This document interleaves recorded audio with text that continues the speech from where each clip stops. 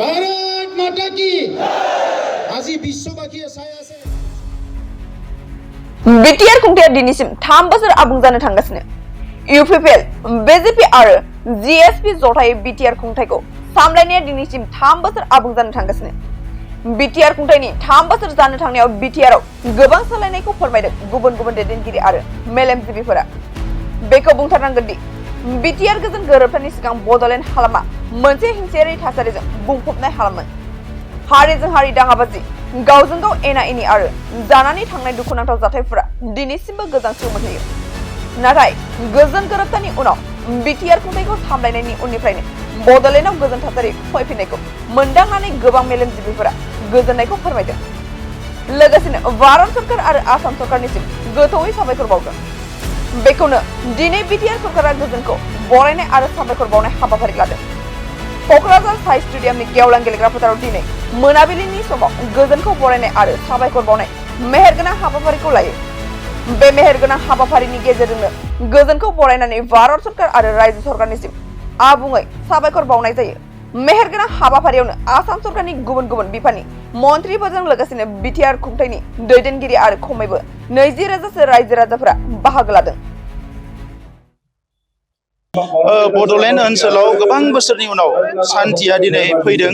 जे बोसोरथाम कन्टिनिउ सान्थिखौ मोनदों जोंनि सानसुमै मेलेमजिबि बयबो गोजोननायखौ जोंनो फोरमायदों आरो बिथांमोना बुंदों बे सान्थिखौ अराय सम हमथाना लाखिनो थाखाय खामानि मावनांगौ बिनि थाखायनो दिनै मोनसे गोजोननि सेलिब्रेसन बेयाव लाखिदो आरो बेजों लोगोसे भारतनि प्रधान मन्त्रि भारतनि हम मिनिस्टार आरो आसामनि चिफ मिनिस्टार बिथांनो जोङो धन्यबाद होनाय बे हाबाफारिखौ लादों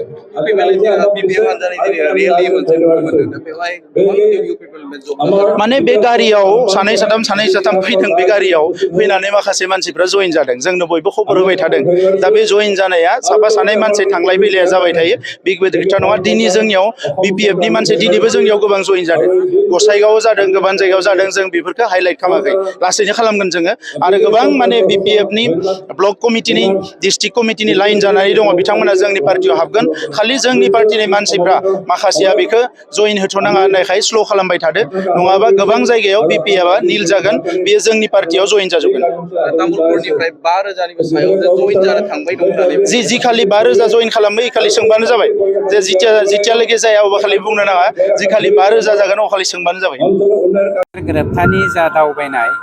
बे गोजोननि दावबायनाया फैयै फैयै जोंना बोसोरथाम जाबाय बेनिखायनो अबंलावरिखौबो हामबाय होनदों बे थासारिखौ जों साफ्रोमबो बिटिआर बासिनो होफैनायनि थाखाय हामबाय होदों प्राइम मिनिस्टार बिथांखौ हम मिनिस्टार बिथांखौ चिफ मिनिस्टार बिथांखौ जोंनि दुलाराय भारतनि साफ्रोमबो रायजो राजाजों लोगोसे बिटिआरनि रायजो राजाखौ जे जोंनि बिटिआर हालामाव सान्थि गायसननायखौ मानब गेदेर प्रमद बर' बिथांनि दैदेननायाव जोंनि जा बिटिआर सरकार साफ्रोमखौबो बा जोंखौ हेफाजाब होनायनि थाखाय आरो बे सान्थिनि दावबायनायखौ जागायनायनिफ्राय दिनै बोसोरथामसिम जाबायदि जोङो साफ्रोमबो बिटिआर बासिया गोसो मोदोम जिउ होनानै मावदोंमोन बेखौ जोङो ग्रान्ड साक्सेस खालामनो हाबाय आरो बेनिनो दिनै हामबाय होनाय सानमोन रायजो राजाफोरखौ मा खावलायगोन सार बे गोजोन गोरोबथाखौ गोजोन खालामनायनि बिथिङाव सान्थि फैयोब्ला जौगाथाय फैयो जौगाथाय फैयोब्ला मुलुगनि जा जौगानाय सुबुंफोर बेफोरजों फेर फाथिलायनानै गेरेमसा हारि दानायनि बेलायावहाय जों आवगायनो हायो जाय सानस्रिखौ बड'फा इउएन ब्रह्मआ जोंनो होलांदोंमोन बे थांखिखौ बा सानस्रिखौ जाफुंहोनायनि थांखिजोंनो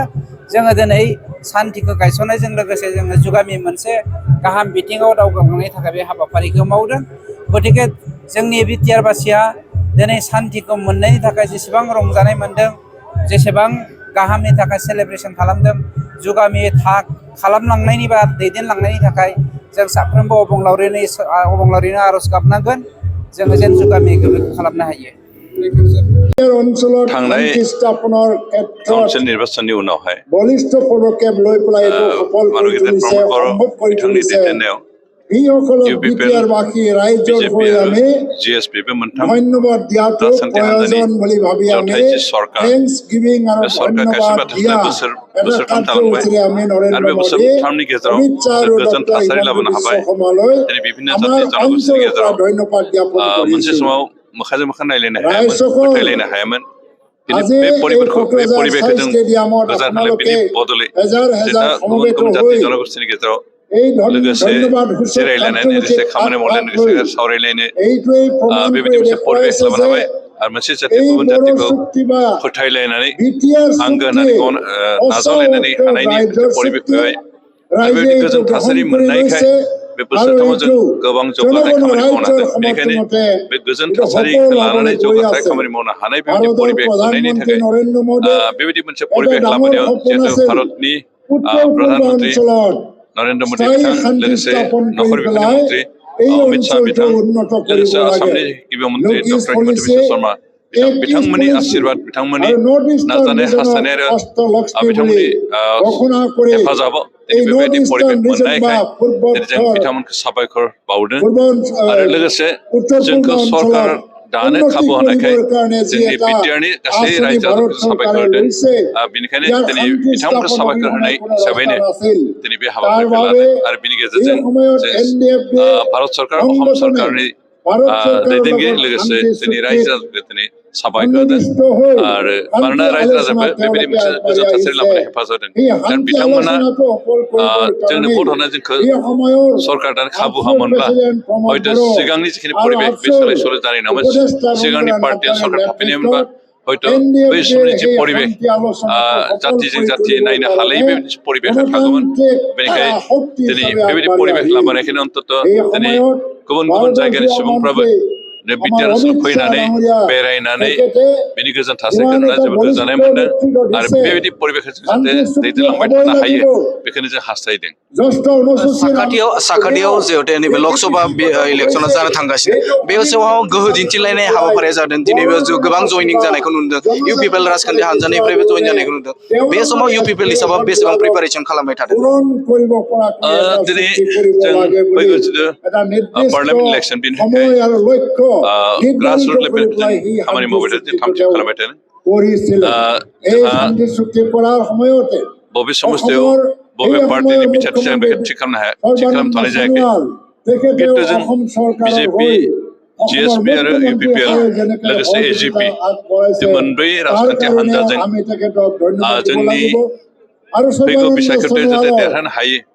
बिनि নেতৃত্বত যি थासारिखौ जों চৰকাৰ আছিল बानायगासिनो दं এই आरो बे চৰকাৰৰে मोनब्रै राजखान्थि অতিৰিক্ত हान्जाजों মন্ত্ৰী सावरायलायनानै হিচাপে जों ডক্টৰ ज' ज'यै হিমন্ত खामानि বিশ্ব मावनानै শৰ্মাই बोरैहाय আমাৰ এই লগত जोंनि থাকি बिजाथिखौ পেলাই देरहाहोनो हायो দিনে ৰাতে बिनि हाबाफारिखौ আমি जों কোন लागासिनो ৰাস্তায় दं যাব दिनै লাগে जोंनि কাক লগ ধৰি अपोजिसना কাৰ কথাটো ক'ব লাগে बायदिसिना कस्त আৰু खालामनानै কোন এটা जोंखौ ষ্ট্ৰেটেজি লৈ जोंनिखौ পেলাই साबसिन আগবাঢ়ি देखायनो গ'লে नाजाखागोन আমাৰ कारण শান্তি প্ৰক্ৰিয়া সফল হ'ব इलेक्सनाव এইটো তেখেতে बाहागो আমাৰ लानाय লগতে इलेक्सनखौ থাকি देरहानाय পেলাই बायदिसिना দিগদৰ্শন কৰি দি स्ट्रेटेजि আছিলে दानाय गासिबो राजखान्थि हान्जानिनो তেখেতসকলৰ मोनसे মাৰ্গদৰ্শন আৰু हाबाफारि দিগদৰ্শনতে रावबो राजखान्थि हान्जायानो 2020 চনৰ स्ट्रेटेजि জানুৱাৰী खालामालासिनो थाया माहৰ बेनिखायनो दिनै 27 अपोजिसन पार्टिया तारिखত बेबायदिखौ শান্তি खालामगोन চুক্তি কিন্তু थेवबो जों गियाखै স্বাক্ষৰিত হ'ল जिहेतु আৰু रायजो राजा जोंजों এই दं সময়ৰ जोंजों दं পৰা आरो थांनाय আজি প্ৰায় 3 তিনি बोसोराव বছৰ কাল जों जिखिनि खामानि मावदों অতিবাহিত जिखिनि কৰি थासारि বিটিচি लाबोदों অঞ্চলত बेखौ স্থায়ী गोजोननानै শান্তি गासै আহিবলৈ हारिनि আমি দেখিবলৈ सुबुंफ्रानो পাইছো আজি बिजेपि ল'ৰা एजिपि ছোৱালীবিলাকে आरो স্কুলত इउपिपिएलनि जि যাবলৈ ভয় जथाय কৰিব नालाগে नाजानाय बेखौ बेपाৰীসকলে বজাৰত मदद আহিবলৈ होबोदों ভয় आरो बेखौ কৰিব जों नालागे गियाखै जों গাঁৱৰ মানুহ जों ग्रासरुट लेभेलाव বজাৰ जोंनि হাট ग्राउन्ड বজাৰ वर्कखौ কৰিবৰ खालामगासिनो কাৰণে जों आसा নিৰ্ভয়ে खालामदों আহিব फैगौ পাৰে बिसायख'थियाव जों আজি প্ৰায় जोंनि 80,000 ओनसोलनि जिफोर পৰিয়ালত বিটিআৰ पार्लियामेन्टारि सिट অঞ্চলত दं बेखौ জাতি ধৰ্ম जोंनि বৰ্ণ जथाय নিৰ্বিশেষে नाजानायाव जों साक्सेस जागोन মাটি পট্টা आरोबाव जयनिं जानायखौ जयनिं जाबावगोन होननानै बे समाव हाग्रामा महिलारिया बे समाव बुंनायखौ नुनो मोनदों आरो बिथाङा बुंबावदों इउपिपिएल राजखान्थि हानजानि दैदेननो मोजां जायाखै जायनि थाखायनो गुबुन गुबुन राजखान्थि हानजानिफ्राय इउपिपिएल निफ्राय लानानै गुबुन गुबुन राजखान्थि हानजानिफ्राय बिपिएफआव जयनिं जाबाय थादों होनना बुंदों आरोबाव जाबावगोन होनना बुंदों কৰিবলৈ गৈ আছে बिथाङा बुंनायनि बाथ्रा उल्थायै जों बुंनो हायो जे बिपिएफनिफ्राय 5,000सो सुबुं जोंनि इउपिपिएल जुगदान खालामनो रेडि जाना दं आरो जों बेखौ लागोन जों बे सानैसो सरकारि मोननै मोनथामसो हाबाफारि दं बेखौ फोजोबखांनायनि उनाव जों प्रत्येक समस्तियावनो अन्तत 1000निफ्राय 5000 हालागै बिपिएफनि वर्कारफोर जोंनि पार्टि जइन जागोन बङाइगाव साफागुरि र'डआव थानाय मेगना हुन्डाइ श'रुमा लानानै फैदों नोंथांमोननि सेराव फुजानि स्पेशेल अफार ग्रेन्ड i10 नियस i20 एनलाइन अरा भेरना आलकाजार बेफोर समायना गारिफोर फुजानि स्पेशेल अफारा फैगौ 30 सेप्तेम्बरसिम थागोन 50,000सिम गारि लानानै गारि अफार नोंथाङा मोनफुंनो हागोन अब्ला मानोथो गोबाव खालामनो थाबैनो नोंथाङा बङाइगाव साफागुरि रड एबा लामा सेराव थानाय मेगना हुन्डाइ श'रुमाव नोंथांनि फसायनाय गारिखौ लाहैदो। गोबां मिथिनो थाखाय नैबे जानबुं नाम्बार 9101093856 8011827497 70027967336 70026948111 आव खौरां लाहर। मेगना हुन्डाइ श'रुम बङाइगाव साफागुरि रड।